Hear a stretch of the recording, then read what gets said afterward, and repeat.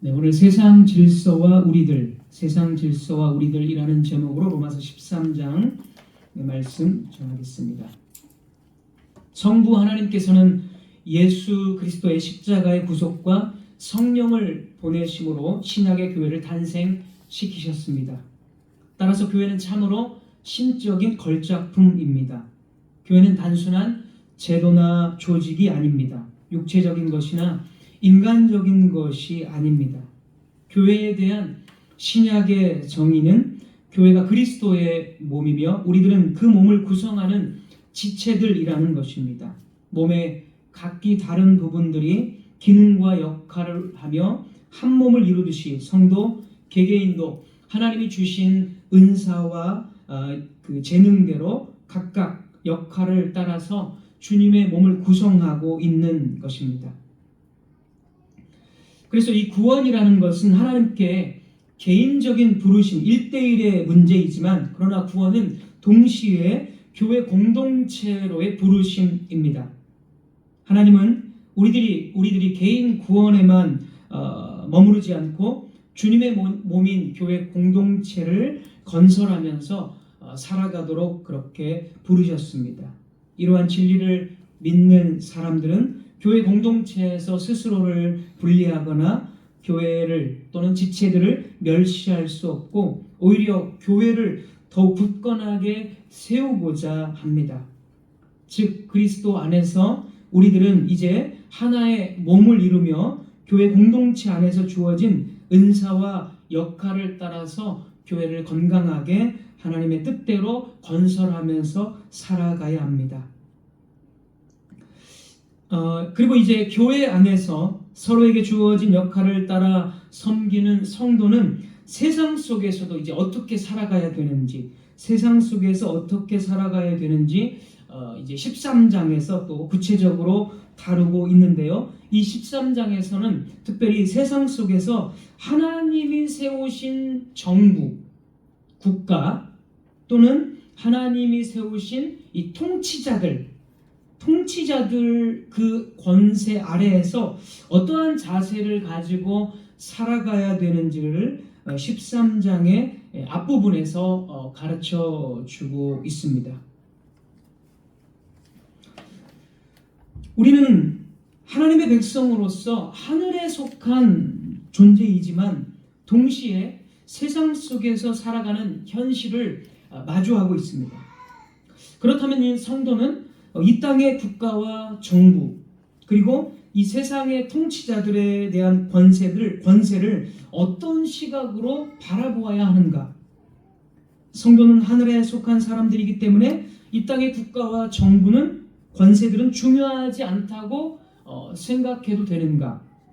나는 하나님께만 속해 있기 때문에 이 땅의 통치자들의 권세와는 별로 그렇게 중요하지 않다고 생각해도 되는가? 또는 세상의 권위, 세상의 질서에 순종하는 것이 혹시 세상과 동화되는 일이 아닐까? 이러한 생각들, 이러한 긴장 속에서 그리스도인은 하나님이 세우신 질서 안에서 어떻게 살아가야 하는지를 로마서 13장에서 구체적으로 이제 바울이 이야기하고 있습니다. 물론 이 모든 것들은 다 주님의 구속 예수 그리스도 안에서의 그 복음을 기초로 우리가 이 모든 것들을 바라봐야 합니다. 우리 본문 1절 한번 보겠습니다.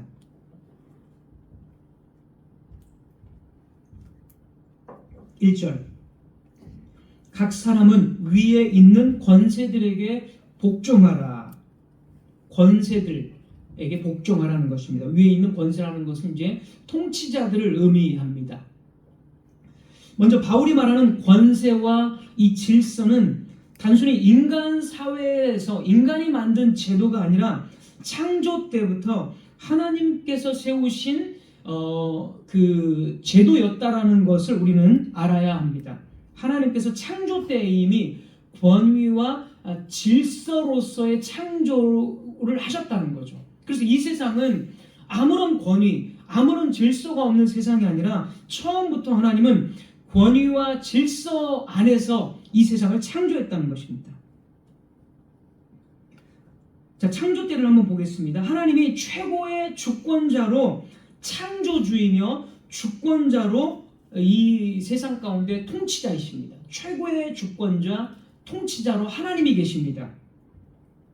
그 밑에 사람이 존재하는데 이 사람은 자기 뜻이 아니라 하나님께로부터 부여받은 권위, 하나님의 뜻을 받들어서 피조물을 다스릴 수 있는 이 세상의 관리자로 세움을 받았습니다. 하나님이 계시고 그 밑에 사람이 존재하는 거죠. 그래서 이 권위 체계가 분명합니다. 사람은 절대로 하나님의 주권에 도전할 수 없습니다. 그 권위를 침범할 수 없도록 창조 세계는 이미 하나님께서 딱 규정을 하셨어요. 그래서 하나님께서 네가 이 동산 안에 있는 것을 다 주관하되 선악을 알게 하는 나무만큼은 건드리지 마라, 먹지 말라, 딱 권위자로서 명령을 한 거고, 인간은 그 명령을 들어야 되는 그 밑에 존재라는 것이 확연히 이렇게 드러나는 것입니다. 그 다음에 그 사람의 권위 아래 이제 피조물들이 있습니다. 그래서 그 시편 8편에 보면 하나님께서 사람을 창조하고 만물을 그의 발 아래에 두셨다. 아래에. 모든 만물들은 사람 아래에 있다는 거죠. 사람이 더 권위 있는 존재, 통치자로서 만물을 다스리는 주인이라는 것입니다. 그러한 권위의 체계가 있습니다. 질서의 측면도 한번 볼까요? 질서. 낮과 밤이 정확하게 구분됩니다. 원래는 맨 처음 아무것도 하지 않으셨을 때는 혼돈과 흑암의 이 지구였습니다. 우주의 상태였어요. 혼돈과 흑암. 그러나 하나님께서 질서 있게 낮과 밤을 나누시고 바다와 육지의 경계를 나눠서 동식물들, 사람들이 살 수 있도록 질서를 정하십니다. 게다가 피조물은 그 피조물마다 각기 다 제자리에 맞게, 짐승은 짐승대로, 그 종류대로라는 표현이 반복되죠. 종류대로 이런 말이 반복됩니다. 창세기 보면. 그러니까 굉장히 질서 있게 지금 모든 피조물들이 제자리를 다 잡아가는 겁니다. 그래서 창조 세계 자체가 권위와 질서로서의 창조였다는 것을 우리는 알 수 있습니다. 그래서 이게 하나님께서는 좋았더라 이 말씀을 하시는 거예요. 혼돈의 상태였다면 좋았더라는 말을 안 하셨을 겁니다. 이 모든 것을 질서 있게 다 권위 있게 창조하시고 좋았더라 이 말씀을 하나님이 하시는 것입니다. 그러나 인간은 하나님께 죄를 지음으로써 하나님이 창조하신 질서를 어지럽혀 놓았습니다. 그 결과 인간의 마음은 하나님을 떠나서 자기의 욕심과 뜻대로 세상을 마음대로 자기 욕심대로 다스리려는 그러한 이제 성향을 갖게 되었습니다. 그러면 어떻게 되겠습니까? 죄를 가진 인간은 이 세상을 자기 욕심대로 무법천지의 세상, 법이 없는 무법천지의 세상을 만들고 자기 욕심대로 다 파괴하고 빼앗고 이렇게 한다는 것을 하나님께서는 다 아시는 것입니다. 그래서 힘 있는 자는 약한 자의 것을 그냥 뺏는 거죠. 힘 있는 자는 막 속여서 더 뺏고 더 많이 얻으려고 하고, 이런 그 힘 있는 자들의 횡포가 있다는 것을 하나님은 아시고, 그래서 그 힘 있는 자의 횡포, 인간의 죄성을 마음껏 발산하는 세상이 아니라 그 죄성을 억제할 수 있는 제도가 필요하다는 것을 하나님은 다 아십니다. 그래서 하나님은 인간의 죄성을 억제하고 힘 있는 자의 횡포를 또 억제하고 약한 자들을 보호할 수 있는 국가, 정부라는 이 제도를 이제 세우도록 하신 것입니다. 인간의 필요에 따라 세운 것이 아니라 하나님께서 이 무법천지의 세상을 이제 억제시킬 수 있도록, 악을 억제하시기 위해서 일반 은총으로 이제 국가라는 또는 정부라는 이런 것들을 일반 은총 속에서 사람들의 이렇게 세우도록 하신 것입니다. 물론 이제 국가라는 게 지금의 형태로 처음부터 완벽한 국가의 형태로 존재하는 건 아니죠. 처음에는 뭐 부족을 이루어서 이런 식으로, 그래서 부족이 있고 또 족장이 있고 이런 식으로 세워졌고, 그 다음에 이제 도시국가, 우리가 뭐 그리스의 도시국가들 많이 사실 있죠. 우리 성경에도 보면 사실 그 당시의 국가들은 도시국가의 형태였다는 것을 우리가 알 수 있습니다. 아무튼 이 국가라는, 이 정부라는 통치 기구에 이제 권위를 부여하심으로써 모든 사람들이 그 국가의 질서, 국가가 그 제정한 법에 복종하도록 하나님께서는 다 섭리적으로 이렇게 하신 것입니다.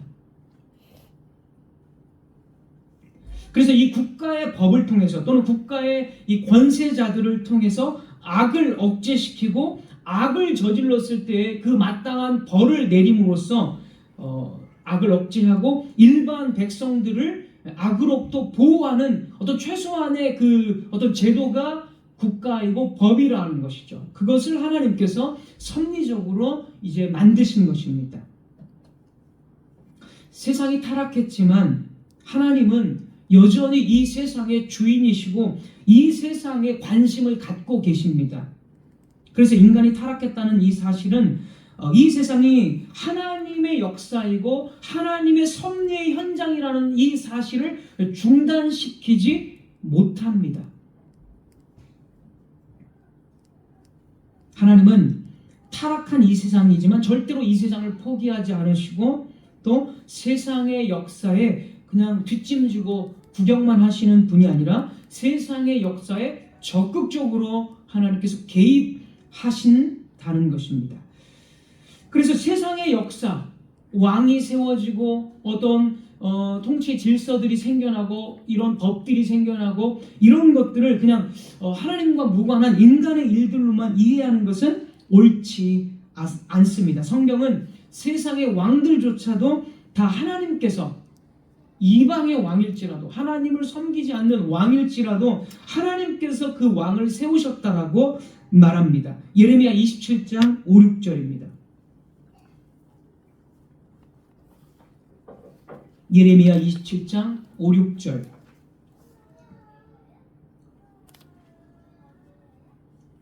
나는 내 큰 능력과 나의 쳐든 팔로 땅과 지상에 있는 사람들과 짐승들을 만들고 내가 보기에 옳은 사람에게 그것을 주었노라. 통치자들을 딱 정해서 줬다는 거죠. 그 자리를. 6절. 이제 내가 이 모든 땅을 내 종 바벨론의 왕 느부갓네살의 손에 주고, 당시 이제 예레미야 시대에 이 고대 근동의 이 통치권을 바벨론의 왕인 느부갓네살에게 주었다는 거예요. 그래서 바벨론이 그 아수르든지 뭐 이런 메소포타미아 지역을 다 다스리잖아요. 이 바벨론이 그 고대 근동을. 그거 하나님이 느부갓네살 왕에게 통치자의 자리를 주셨기 때문에 그 바벨론 왕이 그렇게 했다는 것입니다.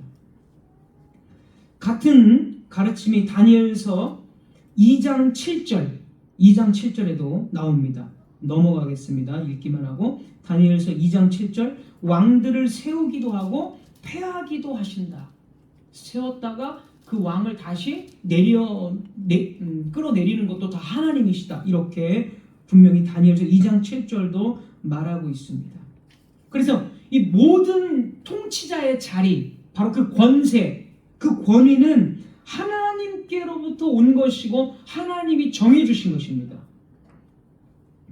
오늘날의 그 선진 국가들의 이 통치자들의 대부분은 민주적인 방식으로 투표라든지 뭐 민주적인 방식으로 해서 그 지도자가 뽑히지만, 그래서 세상의 지도자들이 사람들의 마음을 가지고 사람들이 민주적인 방식으로 뽑은 것 같지만 근본적으로 하나님께서 그 사람에게 권세를 주셨기 때문에 그 사람이 그 자리를 차지한 것입니다. 사람들의 어떤 투표라는 것은 그 과정에 불과한 거죠. 하나님이 주신 정한 사람이 앉도록 하기 위한 과정에 불과한 것. 우리가 대통령을 얼마 전에 뽑았지만 하나님께서 그 대통령을 자리에 그 사람을 정해주셨기 때문에 사람들의 모든 마음들이 조금 더 과반을 넘어서 그 사람을 투표해서 뽑은 것이죠. 그래서 그 과정은 사람들을 통해서 하지만 근본적으로는 하나님이 그 자리를 주셨기 때문에 현재 대통령이 그 자리를 차지하고 있는 것입니다. 그래서 바울은 이렇게 이미 구약에서 있는 하나님께로부터 이 권세들을 통치자들의 자리를 정해주셨다는 것을 바울은 구약에서 이미 다 알고 이제 오늘 로마서 13장에 와서 바로 이 각 사람은 위에 있는 사람들에게 복종하라. 권세는 하나님으로부터 나지 않음이 없나니 모든 권세는 다 하나님께서 정하신 것이다. 이렇게 이야기하는 것입니다. 그래서 우리가 세상 법에 순종하는 것은 그냥 이 정치 체계에 순종하는 것 같지만 사실은 그 배후에서 일하시는 하나님의 주권을 인정하는 행위가 되는 것입니다. 하나님은 질서의 그리고 권위의 하나님이시며 세상의 통치자들, 세상의 법과 질서를 통해서도 당신의 뜻을 이루어 가시는 분입니다. 따라서 우리가 세상 통치자들과 그 권세에 복종하는 것은 결국 하나님께 순종하는 것이 됩니다. 게다가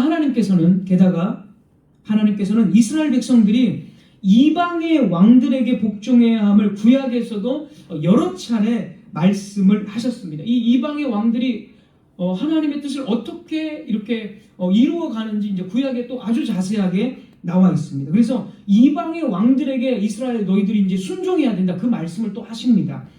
대표적으로 예레미야 27장 아까 27장 봤는데요. 이어지는 8절 말씀 한번 보겠습니다. 8절.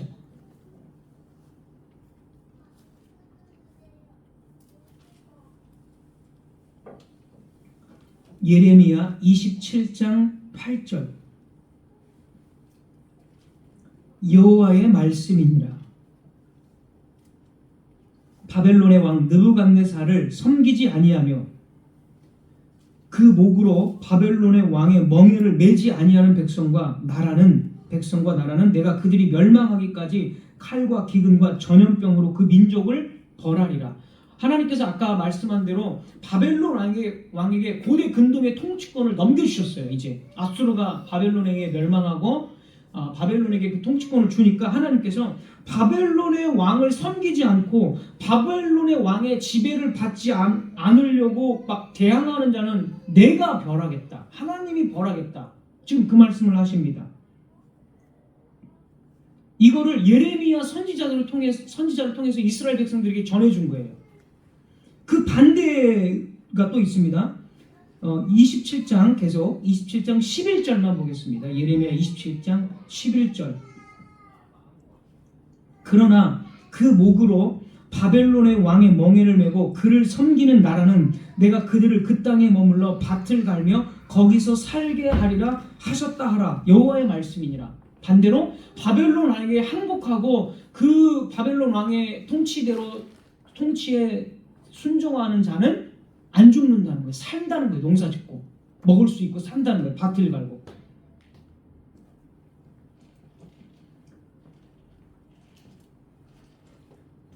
하나님께서는 이스라엘 백성들이 우상 숭배와 아주 타락한 그런 생활을 했기 때문에 바벨론 왕을 침략하게 해가지고 이스라엘을 이제 징계하시기 위해서 바벨론의 손에 넘기셨습니다. 이게 하나님의 뜻입니다. 그런데 하나님의 뜻을 아는 이스라엘 백성들은 바벨론에게 우리를 넘기신 것은 우리가 언약을 배반했기 때문에 언약의 저주로 이렇게 하신 것이구나 하면서 자신의 잘못들을 뉘우치고 언약적으로 회개를 하는 거예요. 그게 이스라엘 백성의 태도입니다.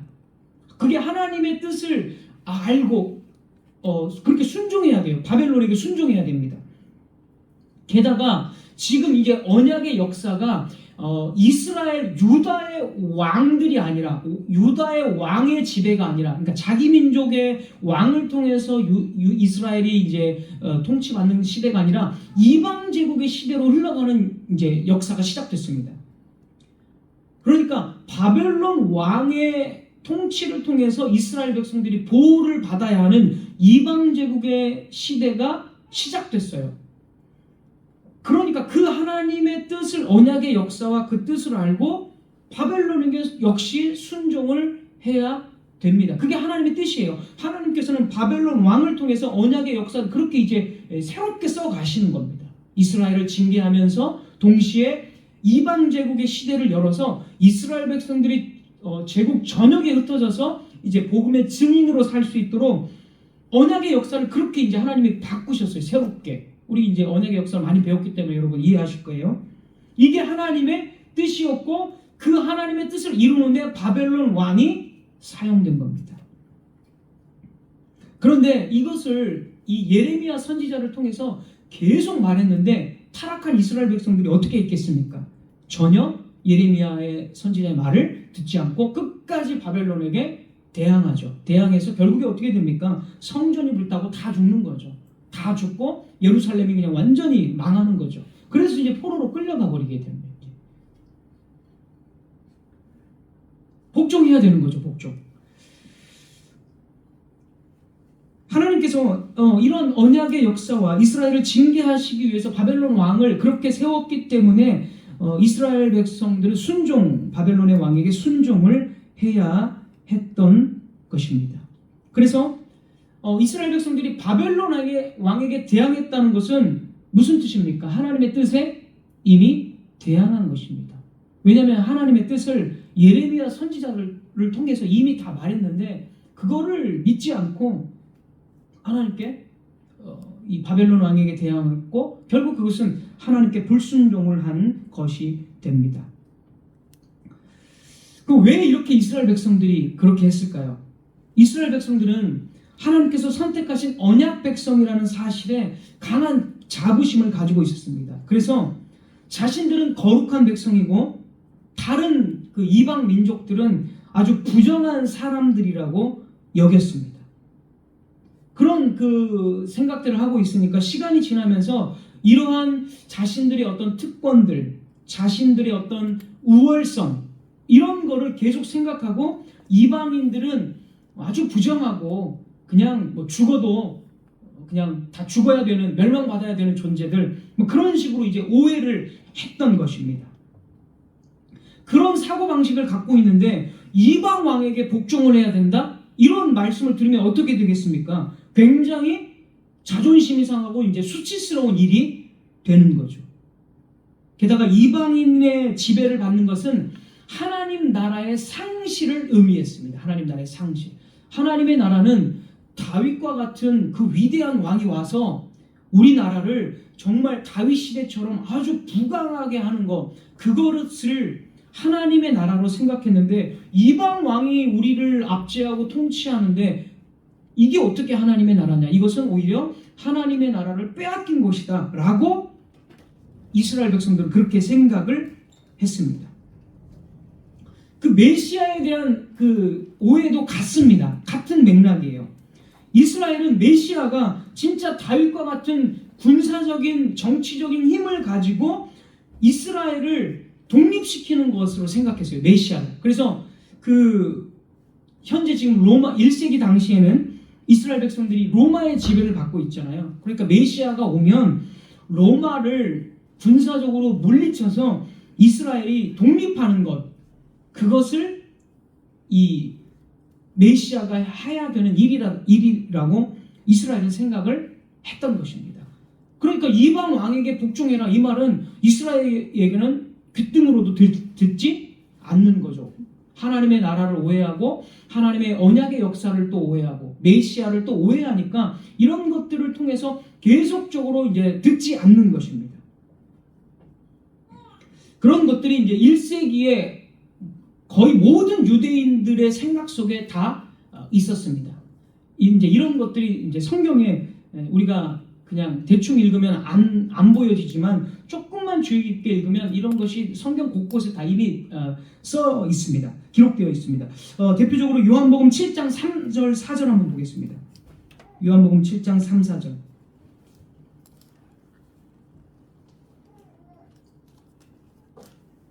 요한복음 7장 3, 4절. 그 형제는 예수님의 형제들입니다.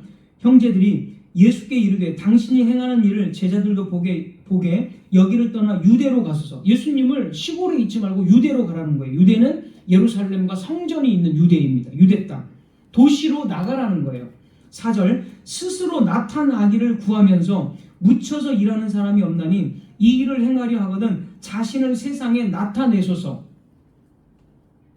그러니까 예수님께서는 그 형제들이 예수님한테 당신이 뭔가를 하려면 도시로 나가서 사람들을 다 끌어모아서 그래서 사람들에게 어떤 어떤 명예적이고 인기를 많이 끌어서 사람들을 많이 따르게 해서 그렇게 해서 도시에서 왕이 되라 이 말을 하는 거예요. 쉽게 말하면.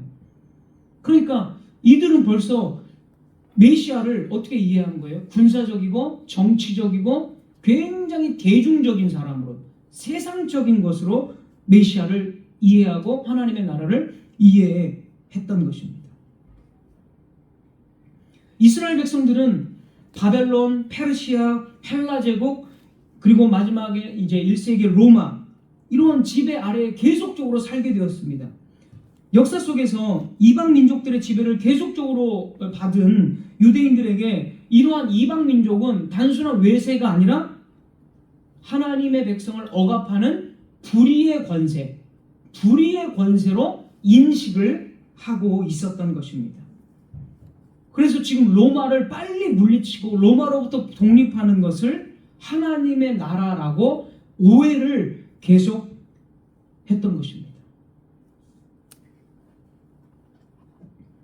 이것이 이제 유대인들 1세기 유대인들에게 팽배했던 그런 로마에 대한 어떤 사상이었습니다. 그러니까 안티로마죠. 반로마적인 생각들을 가지고 있었습니다. 그래서 유대인들 중에 여러분들이 열심당이라고 들어봤을 거예요. 열심당. 열심당들은 쉽게 말하면 테러리스트들입니다. 로마를 향해서 테러를 일으키고 로마를 몰아내는 사람들이 바로 열심당입니다. 굉장히 급진적인 사람들이죠. 그래서 로마의 법과 권위, 로마의 세금 제도, 군사적인 지배를 따르지 않으려고 유대인들은 계속 생각했습니다. 그런 유대인들의 일부는 또 교회 안에 들어오잖아요. 예수님을 믿으면서 유대인들 중에서 일부는 또 교회 안에 들어옵니다. 로마의 교회는 유대인들이 역시 그래도 있었습니다.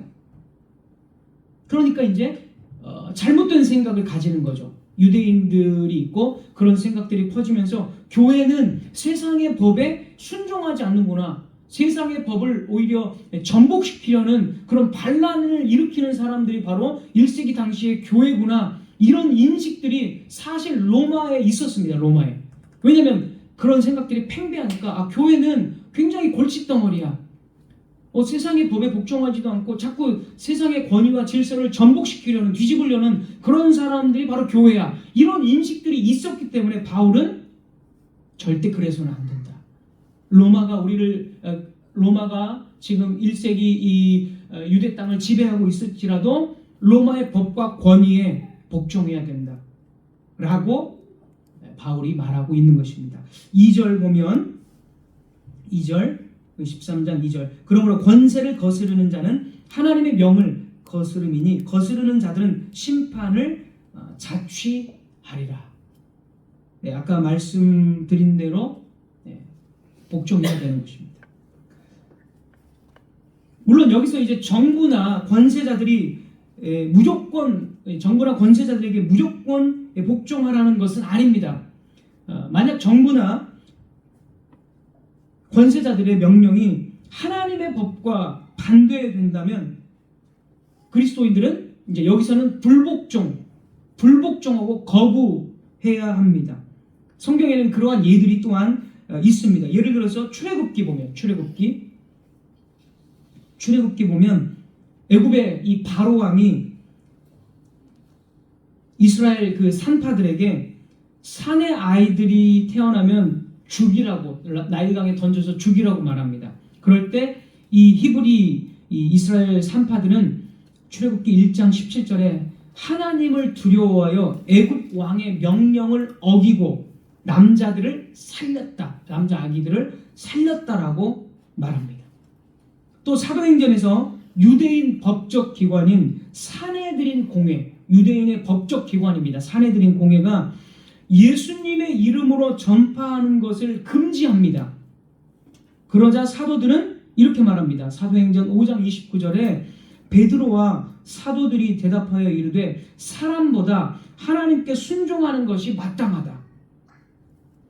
하면서 유대인 정부의 명령을 사도들은 거부합니다. 국가나 권세자들은 하나님의 정하신 뜻을 따라서 사람들에게 선을 권하고 사회를 질서 있게 다스리기 위해서 세워진 것인데, 도리어 악한 일을 도모한다면 성도는 그 명령에 불복종함으로써 오히려 하나님께 순종한다는 것을 보여주는 것이 의무가 됩니다. 그리고 권세자들도, 통치자들도 자신들의 권세가 하나님께로부터 온 것을 인정하고 하나님의 뜻에 합당하게 다스려야 하며, 양쪽 다죠. 그러니까 권세자들도 이 권세가 내 것이 아니라 하나님께 위임받은 것이고 하나님께서 잠깐 나에게 맡기신 것이고, 또 일반 백성들도 권세자들의 통치가 하나님께로부터 왔음을 알고 복종을 해야 하는 것입니다. 결국 권세자들이든 일반 백성이든 통치 질서에 대한 태도는 곧 하나님께 대한 태도라는 것입니다. 그래서 그 통치 질서에 대한 불순종은 하나님의 심판을 자초하는 일이 된다고 바울은 경고합니다. 사도 바울 1세기 사도 바울 당시에 많은 혼란들이 있었습니다. 어떤 사람은 그리스도인이 되기만 하면 나는 국가와 상관이 없는 사람이 된다고 생각하는 사람들이 많았습니다. 왜냐하면 나는 이제 이 썩어질 세상 사람이 아니라 저 하늘에 속한 사람이기 때문이다 라고 생각했기 때문입니다. 그래서 정부나 세상 일에 관심을 가지는 것은 옳지 못하며 국가를 비롯한 모든 세상 일과 나는 결별했고 이제 나는 하나님과의 관계만 생각하면 된다. 나는 주님이 다시 오실 것만 고대하면서 살면 된다. 이런 생각들을 하는 사람들이 있었습니다. 비슷한 예로 어떤 사람은 어떤 그 상전이 있는 집의 하인입니다. 하인이에요. 그런데 그 하인이 어떻게 하다가 이제 예수님을 믿게 됩니다. 그러면은 하인인 내가 예수님을 믿고 나의 집주인인 그 주인도 예수님을 믿어서 둘 다 그리스도인이 되었으니까 나와 주인은 이제 동등하다. 그러면서 하인과 주인과의 그 어떤 질서, 그 권위의 관계는 없어졌다라고 생각을 하는 것입니다. 왜냐하면 성경에는 여러 번 예를 들면 이런 표현들, 갈라디아서 3장 28절 보면 유대인이나 헬라인이나 종이나 자유자나 남자나 여자나 다 그리스도 예수 안에서 하나이니라. 종이나 누구나 다 예수님 안에서는 다 하나이기 때문에 이제는 내가 하인이지만 주인과 동등하다 하면서 그 권위의 체계까지도 이제 무시를 해버리는 것입니다. 남자나 여자 마찬가지입니다. 남자나 여자나 다 하나이니까 남자와 여자의 어떤 그런 기능과 역할, 남편과 아내의 기능과 역할들, 질서들 이런 것도 다 무시하는 겁니다. 부모와 자녀의 관계 역시 마찬가지입니다. 그리스도인이 되는 순간 자녀도 나도 기독교인, 부모도 기독교인이니까 권위와 질서는 없다. 우리는 다 하나다, 동등하다라고 생각하면서 부모와 자녀 사이에 존재하는 권위와 질서를 무시하는 것입니다. 이러한 잘못된 생각과 잘못된 적용을 한다면 가정과 이 국가, 사회가 어떻게 되겠습니까? 일하는 사람은 윗사람의 말을 듣지 않습니다. 자녀는 부모의 말을 듣지 않고 국민들은 국가의 법에 순종하지를 않고 통치자들에게 오히려 계속 반기를 듭니다. 그러면 무질서와 혼란을 초래하게 되는 것입니다. 이것은 처음에 말했던 하나님께서 권위와 질서로서의 창조 세계를 다시 혼돈의 세상으로 바꾸어 버리는 것입니다. 그래서 사도 바울은 잘못된 것들을 바로잡을 필요가 있다는 것을 알았습니다. 그래서 오늘 본문에 그리스도인 너희들은 국가와 통치자들에게 순종해야 된다. 하나님께서 세우신 권세이기 때문에 순종하는 것이 곧 하나님의 뜻이다라고 말을 하고, 다른 곳에서는 자녀들에게도 너희 자녀들아, 에베소서 6장 2절 보면 너희 자녀들아 그리스도인이 되어도 여전히 너희 부모를 권위자로 알고 그 질서에 순종해라. 에베소서 6장 5절에는 종들아 두려워하고 성실한 마음으로 너희 상전에게 순종해라. 두려워하고 성실한 마음으로 너희 상전에게 순종하라. 그리고 상전들에게도 한마디 해야 했습니다. 9절에 보면 너희 상전들아 너희들도 선을 행하고 종들에게 위협을 그치라. 너희의 상전인 하나님이 하늘에 계신다. 하나님이 너희에게 그 자리를 주셨고 그 하나님이 하늘에 계신다. 이렇게 온통 세상 질서, 권위의 체계에 순종해야 된다는 것을 가정, 사회 곳곳에서 사도 바울은 이야기하고 있습니다. 기독교인들은 여전히 이 세상 속에 살고 있고 이 세상의 한 부분을 이루고 있습니다. 기독교인들은 영적인 의미에서 세상에 속한 사람들이 아닙니다. 그러나 실제적으로는 다른 모든 의미에서 세상에 속한 사람들입니다. 우리 세상 속에는 근본적인 관계와 질서가 있습니다. 남편과 아내와의 관계, 남자와 여자, 그리고 부모와 자녀들과의 질서와 관계, 국가와 국민과의 관계. 우리가 그리스도인이 되었다는 사실이 이런 근본적인 질서들의 어떤 차이를 가져오지 않습니다. 예수님 안에서 다 평등하고 다 하나가 되었으니까 세상 질서를 무시하고 영적인 문제들에만 관심을 가져야 한다고 생각하는 것은 옳은 일이 전혀 아닙니다. 사도 바울은 로마서 11장까지 복음과 하나님의 구속 경륜에 대해서 다룹니다. 그리고 12장부터 그리스도인의 삶을 이야기하기 시작하면서 그리스도인이 어떤 존재임을 말하고 그 다음에 교회 안에서는 어떤 관계 속에서 살아야 하고 그 다음에는 이제 12장 뒷부분에는 이웃과의 관계에 대해서 말합니다. 13장에서는 국가와 세상 권세에 대해서 말하고 있고 그 뒤에는 이제 사회생활이 어떠해야 되는지를 13장의 뒷부분에서 말하고 있습니다. 왜 이런 식으로 바울이 말하고 있습니까? 기독교인들은 국가에 속해 있고 사회에 속해 있고 여전히 가정에 속해 있기 때문입니다. 만약 주님이 내일 오신다고 할지라도 오늘까지 절대로 이 질서에는 변한 것이 없습니다. 성도 여러분, 하나님은 저 하늘에서의 일만 관심이 있고 이 땅의 일은 관심이 없는 분이 아닙니다. 신앙은 단지 교회 안에서의 경건한 의식에만 머물러서는 안 됩니다. 우리는 여전히 이 땅의 법 아래에 살고 세금 고지서를 받아들고 뉴스에서 나라의 혼란을 보며 한숨을 쉬는 사람들입니다. 그 혼란 속에서 성도는 세상의 문제를 외면하지도 않고 세상의 방식으로 분노에 휩쓸리지도 말아야 합니다. 때로는 하나님께서 불의한 지도자를 세우십니다. 불의한 지도자를 하나님이 정하셔서 세우십니다. 그런 것에도 다 이유가 있습니다. 하나님은 불의한 지도자를 통해서 우리가 고통받게 함으로써 우리의 신앙을 시험하고 또한 우리의 악함을 징계하기 위해서 사회의 모든 악함을 또 징계하기 위해서 때로는 악한 지도자들, 악한 정부를 세우기도 하십니다. 그럴 때 우리는 그 정부를 그냥 비난하고 또는 그 정부를 뒤집어 엎어버리는 것이 그 정부의 어떤 그 합법적인 그런 질서들을 뒤집어 엎는 것이 우리의 어떤 뜻입니까? 하나님의 뜻입니까? 그렇지 않죠.